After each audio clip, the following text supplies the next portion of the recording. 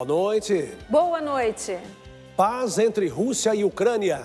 Secretário de Estado da Santa Sé renova apelo feito pelo Papa Francisco. Mês Mariano. Diocese de Guarulhos, na Grande São Paulo, celebra Nossa Senhora das Vocações. Filme lançado no Brasil traz testemunhos sobre espiritualidade de Medjugorje. Canção Nova recebe visita da imagem peregrina de Portugal. Comunidade vive expectativa do acampamento dedicado à Virgem Maria. Com 295 votos contrários. Câmara derruba decretos de Lula sobre saneamento básico. Igreja em festa. Reportagem mostra a celebração dos devotos pelos 10 anos de beatificação de Inhaxica. Esta é a TV de inspiração católica Canção Nova. Está no ar o Canção Nova Notícias, a serviço da vida e da esperança.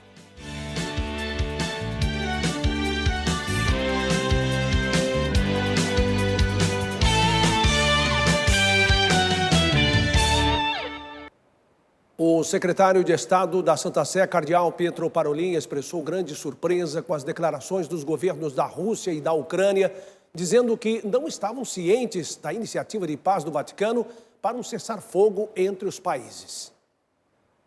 Durante um evento no Vaticano, o cardeal Pietro Parolin reiterou o apelo de paz entre Rússia e Ucrânia, feito pelo Papa Francisco, ao afirmar ser preciso encontrar pontos de acordo e colocar um fim ao conflito que afeta fortemente a Ucrânia e tem implicações para a Rússia. A pace se faz sempre abrindo canais. Ao retornar da viagem apostólica à Hungria, o Santo Padre afirmou estar disposto a fazer o necessário para o fim do conflito e que havia uma missão em andamento, mas que ainda não era pública e no momento certo seria divulgada. Após as palavras de Francisco, representantes de Moscou e Kiev disseram desconhecer a iniciativa do Vaticano e não estavam cientes do recebimento de qualquer comunicação específica. Já o cardeal Parolin esclareceu que tanto Rússia quanto Ucrânia foram informadas da missão da Santa Sé. Trouxe apontamentos em relação ao novo ataque de drones ao Kremlin, que ao invés de aproximar de um acordo de paz, só torna mais desafiadora as condições de um cessar-fogo. Ao final, o cardeal ainda reforçou, como sempre, que o Vaticano gostaria de chegar a um cessar dos combates e depois iniciar o processo de paz. Em uma de suas muitas homilias, o Papa Francisco disse que a paz é um dom artesanal que devemos trabalhar todos os dias, mas trabalhar esse dom nas pequenas coisas. Não são suficientes os grandes manifestos pela paz ou os grandes encontros internacionais se depois não se realiza esta paz. Não adianta falar de paz se o coração está em guerra. A Câmara dos Deputados decidiu derrubar os decretos do governo sobre a implantação do novo marco legal do saneamento. Vamos agora a Brasília chamar Ronaldo da Silva, que tem mais informação. Boa noite, Ronaldo. Eu desejo mesmo a vocês também. Muito boa noite e para toda a nossa audiência aqui no Canção Nova Notícias. Olha, o texto foi votado com urgência e não agradou a base governista, que trabalhava para derrubar a pauta. O projeto de decreto legislativo ainda vai passar por votação no Senado. O decreto do governo foi derrubado com o apoio de 295 deputados. 136 votaram pela manutenção do texto. Os líderes do governo na Câmara trabalharam para evitar a derrota, mas o esforço não foi suficiente. Esse episódio hoje serve como lição daqueles que querem fortalecer o sistema público, que defende os mais pobres, o saneamento, fortalecer as grandes empresas privadas que vão mandar no saneamento e no abastecimento de água em todos os cantos e recantos do Brasil. O Marco Legal do Saneamento Básico, sancionado em 2020, determina a contratação de empresas apenas por meio de licitação pública. O decreto assinado por Lula libera a contratação de empresas estatais sem concorrência. A justificativa, dar maior condição para cidades menores contratarem serviços de tratamento de água e esgoto.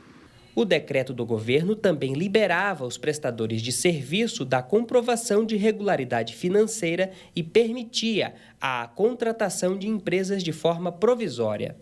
A possibilidade econômica que nós temos muitas vezes em determinadas empresas que têm relações irregulares.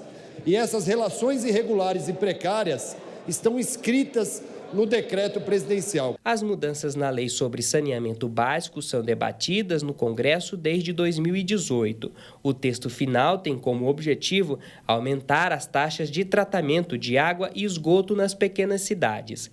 A lei permite a contratação de empresas privadas para a execução dos serviços e a universalização do saneamento básico até 2033. Vamos falar agora da operação da Polícia Federal, que investiga possível inserção de dados falsos de vacinação contra a Covid-19 no sistema do Ministério da Saúde. Um dos investigados é o ex-presidente Jair Bolsonaro. Os 6 presos na operação que investiga suposta fraude nos cartões de vacinação do ex-presidente Jair Bolsonaro, familiares e auxiliares, optaram pelo silêncio no primeiro depoimento, até que os advogados analisem os autos. A prisão é preventiva, ou seja, sem prazo determinado para a soltura, e o novo interrogatório ainda não tem data definida. Bolsonaro foi intimado, mas não prestou depoimento. Os materiais apreendidos na operação passarão por perícia em Brasília. No dia 9 de janeiro deste ano, a Prefeitura de São Paulo registrou o boletim de ocorrência após o nome de Bolsonaro constar no sistema como um dos vacinados contra a Covid. A suposta aplicação da vacina teria sido em julho de 2021. A adulteração também é investigada pela Controladoria Geral da União e a apuração está sob sigilo.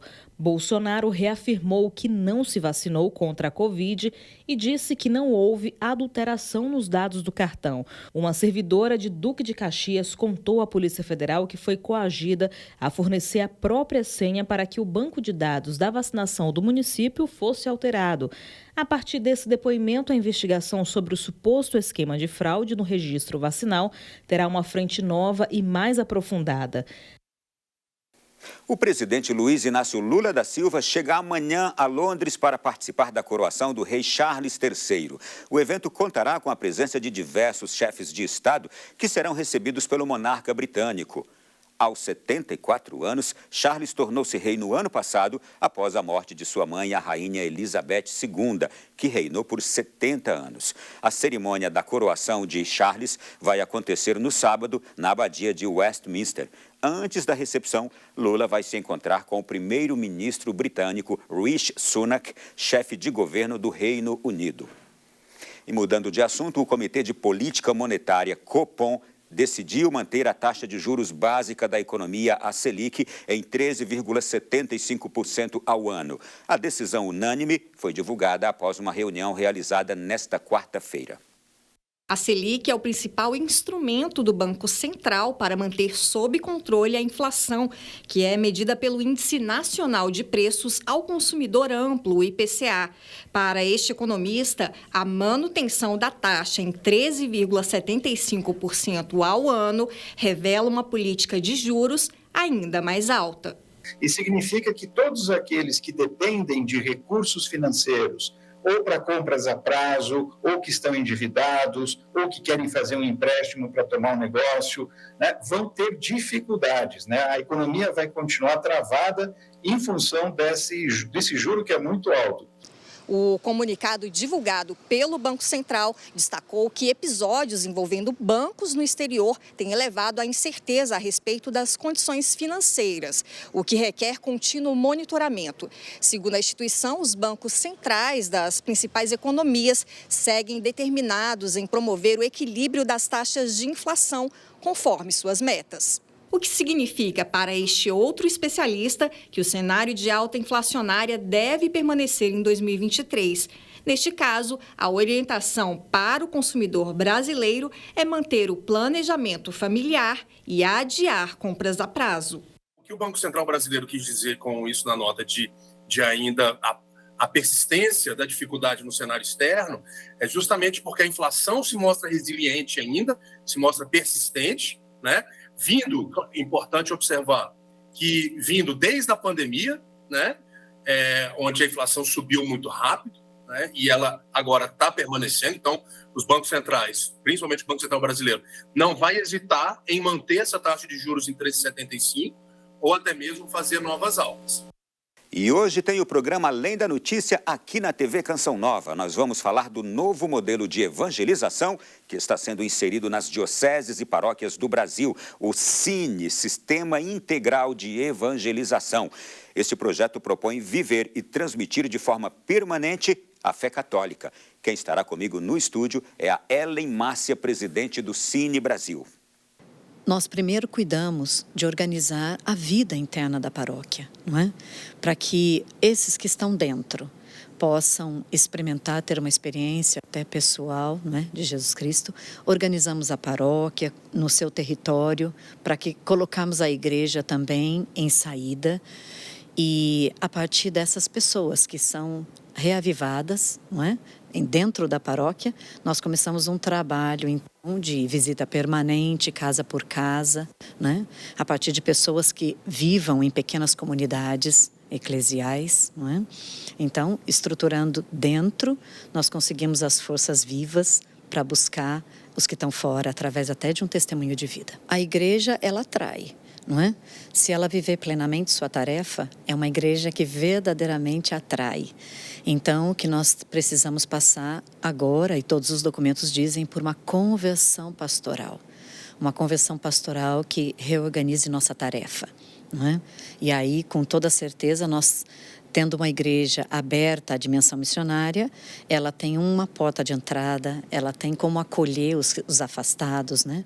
E evangelizá-los e inseri-los na tarefa da igreja, não é? Mas precisa passar por um processo de conversão pastoral. A Diocese de Guarulhos, na Grande São Paulo, está celebrando 25 anos de uma devoção em favor das vocações. Vamos à capital paulista com Sidney Fernandes, que tem mais detalhes dessa história. Boa noite para você, Sidney. Boa noite a vocês nos estúdios em Cachoeira Paulista e boa noite a toda a audiência que acompanha o Canção Nova Notícias neste momento. A festa de Nossa Senhora das Vocações ocorre no domingo, mas a Diocese de Guarulhos já respira essa celebração no contexto do ano vocacional. Há 25 anos, o então reitor do Seminário Diocesano de Guarulhos, Padre Antônio Bosco, trouxe da Itália uma imagem da Virgem Maria, que ficou conhecida como Nossa Senhora das Vocações. Em 1480, duas crianças que estavam ali pastoreando numa região ali entre rios, tiveram a graça de uma aparição de Nossa Senhora, que pedia que construísse uma capela ali. E essas duas crianças, o menino e uma menina, mais tarde, o rapaz tornou-se padre, a menina religiosa. Padre Bosco decidiu construir uma capela no seminário para abrigar a imagem. Uma grande devoção se espalhou pela diocese. Também veio-lhe a ideia de pedir que as famílias rezassem pelas vocações. Então foram feitas pequenas capelinhas que passam andando, né, pelas casas, pelas famílias, e isso até hoje acontece. Este ano, a festa de Nossa Senhora das Vocações é ainda mais especial para a Diocese de Guarulhos, que, em comunhão com toda a Igreja do Brasil, celebra o ano vocacional. Em todos esses anos, a devoção à Mãe das Vocações rendeu muitos frutos. Ailton está em seu 7º ano de seminário e sentiu o chamado ao sacerdócio ainda na adolescência. Estudou, trabalhou e, depois de alguns anos, resolveu se entregar ao chamado que sempre esteve com ele. Quando a gente decide dar um sim a Deus, é um sim que a gente deve se abandonar, né? E deixar Deus agir, né? Na simplicidade, na humildade. O bispo de Guarulhos reiterou que Maria, desde o início, acolheu o chamado de Deus e acompanhou de perto a vocação de Jesus e seus discípulos. Ela foi elevada ao céu em corpo e alma. Ela participa plenamente da glória da ressurreição de Jesus. Maria está presente em toda a vocação da igreja. E tem devoção mariana nas telonas do Brasil neste fim de semana. O filme O Último Chamado de Maria traz depoimentos de peregrinos e testemunhas sobre a espiritualidade de Medjugorje. Em 1981, 6 jovens foram escolhidos por Nossa Senhora para comunicar as mensagens da Mãe de Jesus, na região de Medjugorje, na Bósnia-Herzegovina. Até hoje, os anúncios são feitos no local que se tornou santo. Mensagens que mostram o caminho de uma reconciliação consigo mesmo e com Deus. Mas algumas das mensagens, ela nos diz paz entre os homens, paz com vocês, entre vocês e com Deus. A fé e os testemunhos acumulados na região são tema do filme O Último Chamado de Maria, que estreia neste final de semana no Brasil. Coletando testemunhos de mudanças de vida de pessoas que se abriram a essas mensagens.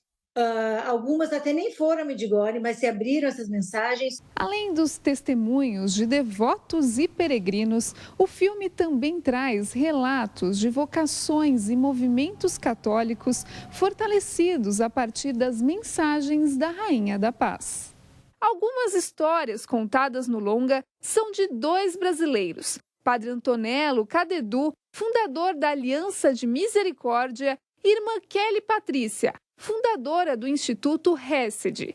A produção panamenha estará nos cinemas nos dias 6, 8 e 9 de maio, nas redes Cinemark e Kinoplex. A nossa arma está aqui.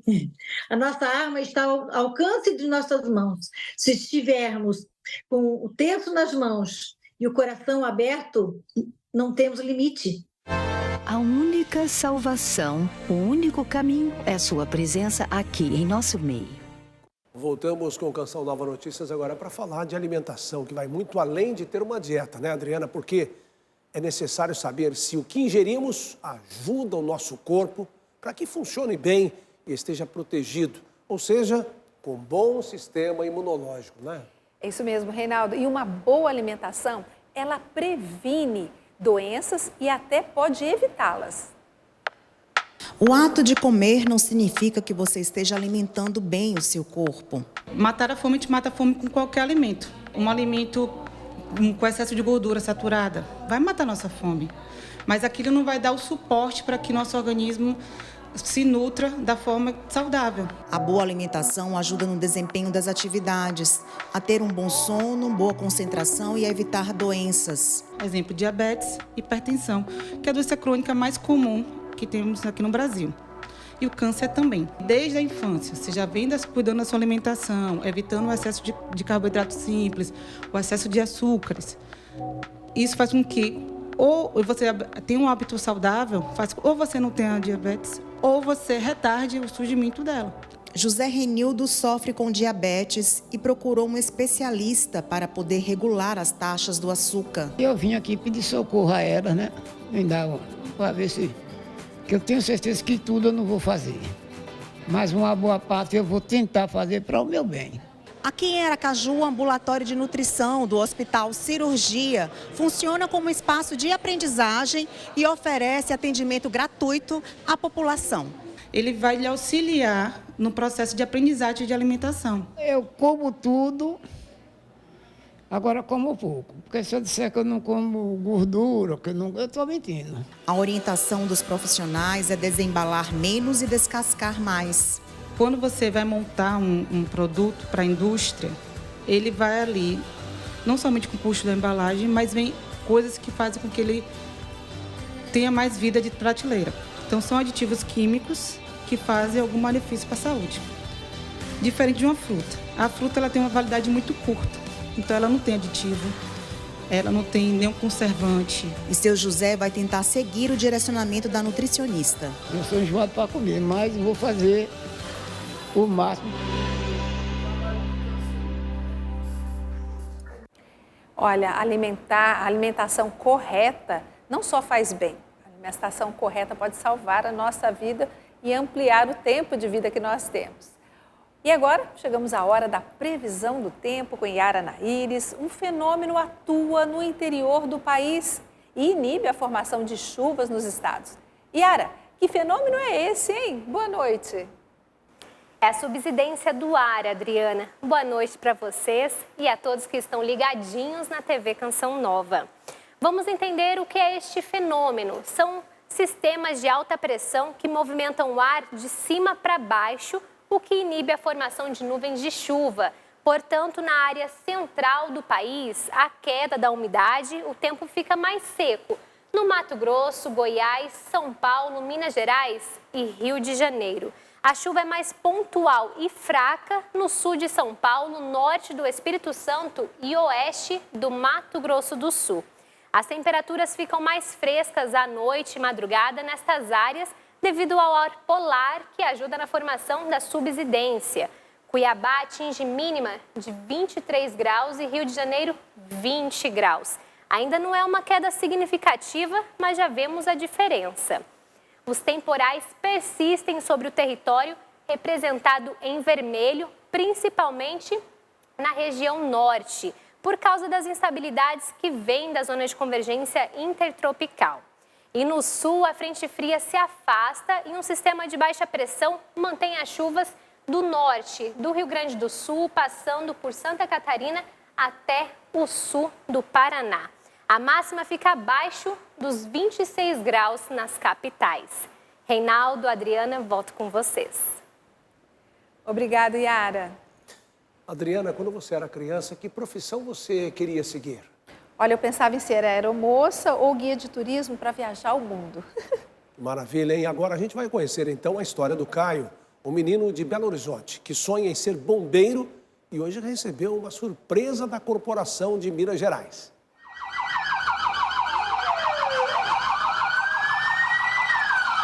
Cinco viaturas do Corpo de Bombeiros com sirenes ligadas, 18 profissionais prontos para atendimento. Mas dessa vez a missão é aquecer o coração do Caio.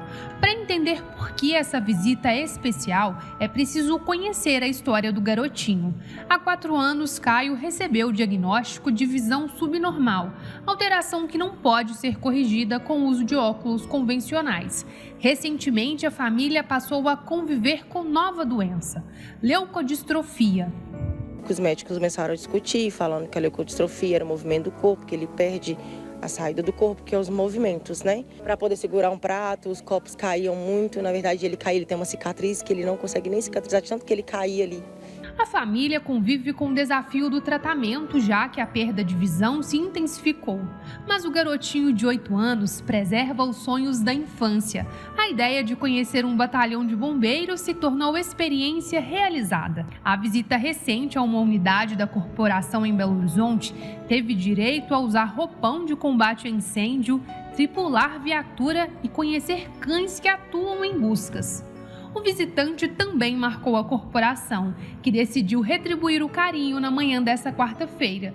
O encontro serviu para reafirmar o desejo de seguir na profissão. 4 coisas. Salvar pessoas, incêndio, animal, porco, tudo. É uma atividade diferente, né? Porque as pessoas estão acostumadas a nos verem em atividades, né, de busca, salvamento, prevenção e combate a incêndio.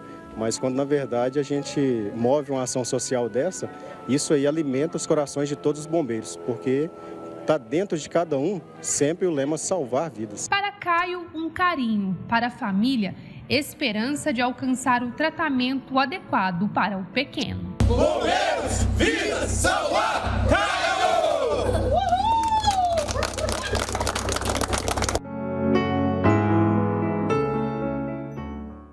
Neste fim de semana, a Canção Nova realiza o acampamento mariano e os preparativos já começaram. A Canção Nova celebra o mês de maio com o acampamento mariano. E para falar sobre esse assunto, ao meu lado está a Rogerinha Moreira, que vai trazer mais detalhes. Rogerinha, o Monsenhor Jonas Abib dizia que a Canção Nova é a casa de Maria. Como a espiritualidade mariana atua sobre esse território eucarístico? Antes de morrer, o Padre Jonas, ele dedicou esse ano, né? Esse ano de 2023, a Canção Nova seria um ano mariano. A Canção Nova sempre esteve envolvida, né, com a presença de Maria. E esse ano em especial, que nós não temos o nosso pai fundador, a inspiração é que a gente vá para o colo de Nossa Senhora. Eu acho que é bem essa experiência que a gente vai levar num acampamento, de levar as pessoas a sentirem a presença de Nossa Senhora e convidá-la a caminhar com elas, segurando na mão de Maria, aprendendo na escola de Maria, na casa de Maria, as virtudes que não são necessárias para a gente viver a santidade. E também sobre o acampamento, o que esperar desse encontro? Olha, o acampamento mariano, o ano mariano da Canção Nova, ele foi pensado, rezado, ele foi discernido de uma forma muito especial. Realmente a gente quer fazer com que o povo se sinta na casa de Maria. E o que eu vou viver na casa de Maria?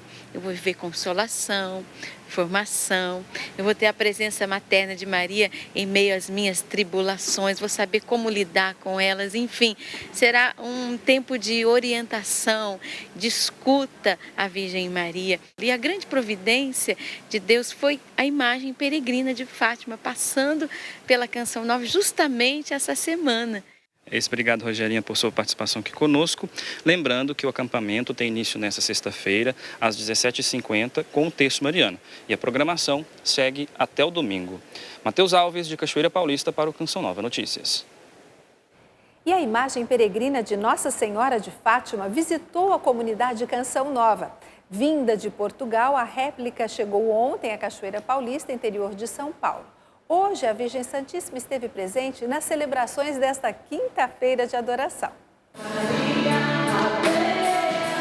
No mês dedicado a Nossa Senhora, a Mãe de Jesus, veio em peregrinação à comunidade Canção Nova, onde, como ensinou o Monsenhor Jonas Abib, foi ela quem tudo fez.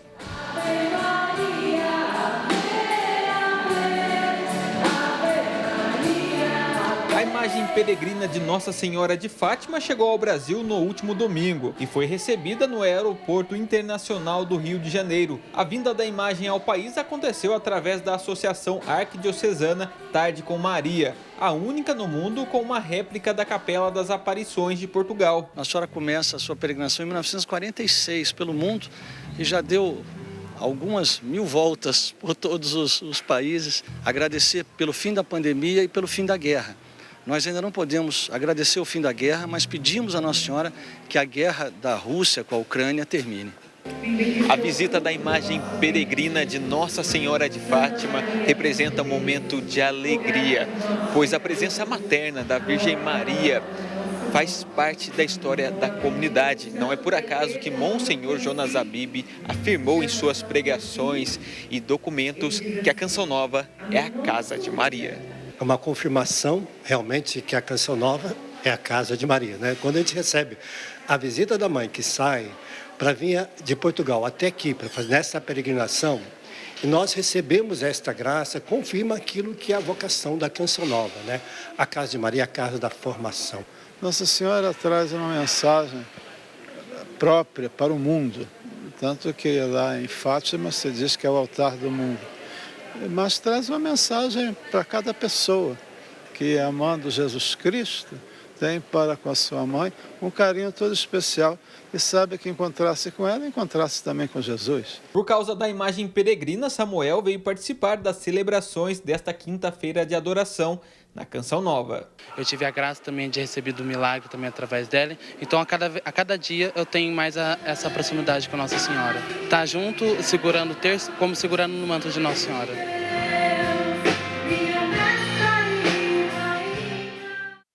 Semear a palavra de Deus e evangelizar está no DNA da obra Canção Nova, mantida por doações de pessoas como você, sócios, amigos, benfeitores.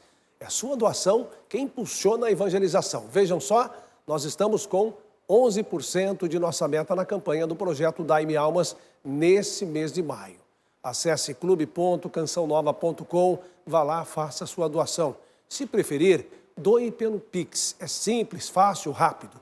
pix.doação@cançãonova.com. E obrigado por ser evangelizador conosco. Há 10 anos, Inha Chica se tornava a primeira beata negra leiga, filha de escrava e analfabeta do Brasil.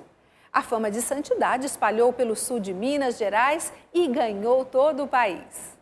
Em um dia de céu azul como esse, a cidade mineira de Baipendi ficou pequena para tantos fiéis. Providenciamos telões aqui diante das igrejas, lá da Boa Morte, do Rosário e aqui, para que o povo pudesse participar. Naquele 4 de maio de 2013, Inhaxica foi declarada beata da igreja. Quando desceu aquele pano apresentando a sua imagem para todos os fiéis ali presentes, aquilo foi um momento muito especial. Como no passado, os devotos continuam recorrendo à sua intercessão. A casa onde a beata viveu é hoje um memorial. De 2013 até agora, são mais de 5.000 graças registradas. A capela que havia no local deu lugar ao santuário de Inhaxica. Ali encontramos Isa, agradecendo a cura do câncer. Obrigada, Inhaxica, obrigada pela sua graça, pela minha cura desse câncer. Eu sentia que a senhora ia tocar em mim, que eu ia ser curada. Inhaxica foi sepultada na igreja que construiu para sua sinhá, Nossa Senhora da Conceição. Há quem diga que durante o velório, em 1895, um perfume de rosas exalava pelo ar. O mesmo cheiro foi sentido 103 anos depois, quando o túmulo foi aberto para a exumação do corpo durante o processo de beatificação. Paulo nos ensina que nós todos temos que exalar o doce perfume de Cristo. Então, Inhaxica, com essa fama de santidade, Deus mostrava para nós que realmente ela era uma pessoa que agradou a Deus. A beata mineira, leiga e analfabeta, pregava com a vida o amor ao próximo e a caridade. A santidade não é algo que está distante, mas é algo que está muito próximo através da vida simples, humilde, pobre da beata Inhaxica. Santidade que cada vez mais atinge os fiéis. Estava sentado com as pessoas conversando, né? Cada um conta lá, né? Um caso lá deles, né? Aí eu falava, reza para Inhaxica, ela é muito milagrosa. E ela vai curar nós. Aquela que tanto amou Maria, compartilha com a Mãe de Jesus a honra dos altares. A espera por mais um milagre reconhecido pelo Vaticano é necessária para se tornar oficialmente santa da Igreja, o que no coração do povo, Inhaxica já é faz tempo. E esse tempo passou tão rápido para a gente, né, Adriana? E assim a gente encerra a edição de hoje do Canção Nova Notícias. Você pode rever as reportagens lá no portal noticias.cançãonova.com. Assista a seguir a transmissão da Santa Missa, direto de Brasília. A partir das 9 horas, tem Escola da Fé com o professor Felipe Aquino. E às 10 você viu Além da Notícia com Ronaldo da Silva. Uma ótima noite para você. Boa noite. Paz para você.